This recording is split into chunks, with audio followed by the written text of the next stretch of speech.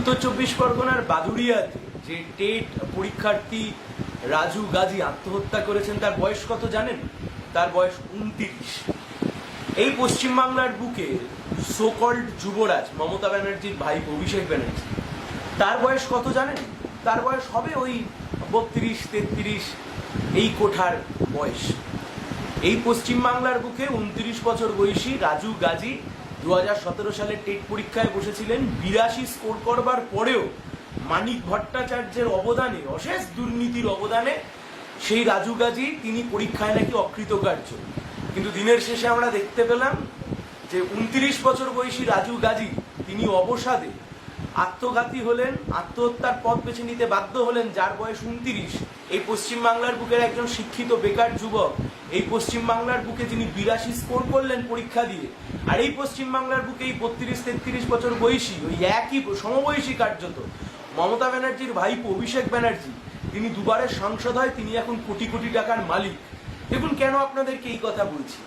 মানিক ভট্টাচার্য পর্ষদের সভাপতি থাকাকালীন 2014 টেট, 2017 টেট, দুবারের টেটেই পরীক্ষার প্রশ্ন ভুল চলে এলো এবং পরবর্তীকালে তার মামলা করতে এলো। আরে যারা দাদা প্রশ্ন সেট করে তারা তো কেউ মূর্খ নয়, যারা প্রশ্ন সেট করেন, যারা প্রশ্ন তৈরি করেন তারা তো কেউ বুদ্ধ নন, কেউ স্টুপিড ব্যক্তি নন, সবাই শিক্ষিত মানুষজন। তাহলে যারা প্রশ্ন সেট করেন তাদের মধ্যে থেকে দাঁড়িয়েও কিভাবে এই প্রশ্নগুলো আসে, এই প্রশ্ন তো সবার আগে মানুষের মাথাতে আসে। 2017 সালের টেট, আজকে 2022 সাল, এত অপদার্থ সরকার 2016 সালে ক্ষমতায় আসবার পরে 2021-এ আবার ভোট হয়ে সে সরকার ক্ষমতায় চলে এলো, আর 2017 সালে যে টেটের নোটিফিকেশন বেরোলো সেই টেটের নোটিফিকেশনের পরীক্ষা হলো 2020 সালের শেষে। সেই পরীক্ষা নেবার জন্য আন্দোলন করলো, সেই পরীক্ষার রেজাল্ট তারপর বেরোচ্ছিল না, তারপর আবার আন্দোলন হলো, তারপর আবার কোর্টে কেস হলো, তারপর সেই পরীক্ষার রেজাল্ট বেরোলো 2022 সালের জানুয়ারি বা ফেব্রুয়ারি মাসে। আজকে 2022 সালের অক্টোবর মাসে আমরা দাঁড়িয়ে আছি, এই সেপ্টেম্বর মাসে আমরা দাঁড়িয়ে আছি, অক্টোবরে পড়বো কয়েকদিনের মধ্যে। এমন সময়ের মধ্যে দাঁড়িয়েও যে 9000 জন পরীক্ষায় পাশ করলেন, সেই 2017 9000 জনের একজনকেও এখনো অব্দি রাজ্য সরকার চাকরি দিয়ে উঠতে পারলো না। আর তাদের মধ্যে অন্যতম রাজু গাজী, যে রাজু গাজী 82 স্কোর করবার পরেও পার্সেন্টেজের হিসেবে প্রায় 55%-এর বেশি আরটিআই করে সে দেখেছে। তারপরেও দেখা যাচ্ছে এই যে ব্যাপক দুর্নীতি হয়েছে, এই ব্যাপক দুর্নীতির যে ফলাফল, সেই ব্যাপক দুর্নীতির ফলাফল এই রাজ্যের বুকে আত্মহত্যার পথ বেছে নিতে বাধ্য হলেন কে? না, যার শিক্ষক হওয়ার কথা ছিল, যার ক্লাসরুমে গিয়ে চকটাস্টার হাতে নিয়ে পড়ানোর কথা ছিল, তিনি আত্মহত্যার পথ বেছে নিতে বাধ্য হচ্ছেন। দেখুন কোথায় দাঁড়িয়ে আছি আমরা আপনার কাছে জানতে চাই, আপনাদের কাছে জানতে চাই। সিপিএম, তৃণমূল, কংগ্রেস, বিজেপি এসব আলোচনা, সমালোচনা, বিতর্ক অনেক হবে, কিন্তু পশ্চিমবাংলা এই মুহূর্তে কোথায় দাঁড়িয়ে আছে? বেকার যুবকরা কোথায় দাঁড়িয়ে আছে? পরীক্ষায় পাশ করবার পরেও চাকরি নেই, 2017 সালের পরীক্ষায় পাশ করবার পরেও চাকরি নেই।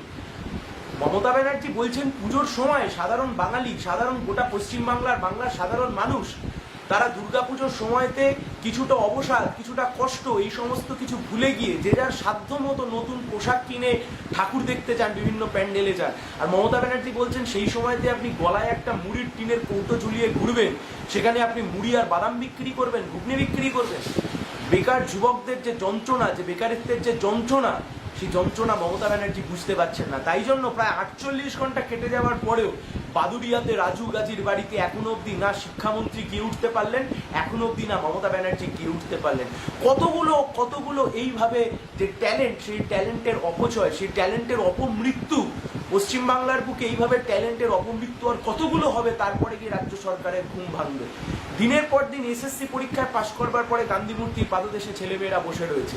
দিনের পর দিন টেট পরীক্ষায় পাশ করবার পরেও বিভিন্ন সময়তে আন্দোলন করতে হচ্ছে। গ্রুপ সি, গ্রুপ ডি, সেখানে দুর্নীতি। গোটা রাজ্যের বুকে বিভিন্ন সময়তে আমরা দেখতে পাচ্ছি কন্ট্রাকচুয়াল চাকরি নেওয়া হচ্ছে। আদালতে প্রায় দিন সমস্ত কর্মচারীরা আসে, তাদের কথা শুনে বুঝতে পারি 6 মাসের জন্য চাকরিতে নেওয়া হয়, 6 মাস পরে তাদেরকে চাকরি থেকে বের করে দেওয়া হয়। আজ থেকে কয়েকদিন আগে, অন্য টপিক হয়ে যাবে, তাও আপনাদেরকে বলছি, আজ থেকে কয়েকদিন আগে দেখলাম যে এমন একজনকে চাকরিতে নেওয়া হয়েছে, এমন একদল মানুষজনকে চাকরিতে নেওয়া হয়েছে, তাদের যে কাজ, আমি সেই কাজের কথা এখানে উল্লেখ করছি না, তাদের যে কাজ, সেই কাজ WBCS A গ্রেড অফিসারদের করার কথা। সেই A গ্রেড WBCS অফিসারদের কাজ করাচ্ছেন কত হাজার টাকায় জানেন এই রাজ্যের সরকার? 11,000 টাকার মাধ্যমে কন্ট্রাকচুয়াল 6 মাস কাজ করিয়ে বসিয়ে দিয়েছে। তাই আমরা আপনাদেরকে বলছি, এই যে মৃত্যু, এই যে অপমৃত্যু, এই যে আত্মহত্যা, আসলে এটা আত্মহত্যা নয়, এটা হচ্ছে একটা পরিকল্পিত হত্যা। রাজু গাজী কোনো আত্মহত্যা করেনি, রাজু গাজীকে হত্যা করেছে মমতা ব্যানার্জির সরকার, হত্যা করেছে মমতা ব্যানার্জির সরকারের দুর্নীতি, হত্যা করেছে এই দুর্নীতি, হত্যা করেছে মানিক ভট্টাচার্যের নেতৃত্বে চলা গোটা একটা পর্ষদ। কবে আর ঘুম ভাঙবে এই রাজ্য সরকারের? রাজু গাজীর মতো অসংখ্য অসংখ্য অসংখ্য ট্যালেন্টেড অপমৃত্যু হওয়ার আগে পশ্চিমবাংলার মানুষের ঘুম ভাঙবে। রাজ্যের সরকারকে প্রশ্ন করুন। সবাই ভালো থাকবে।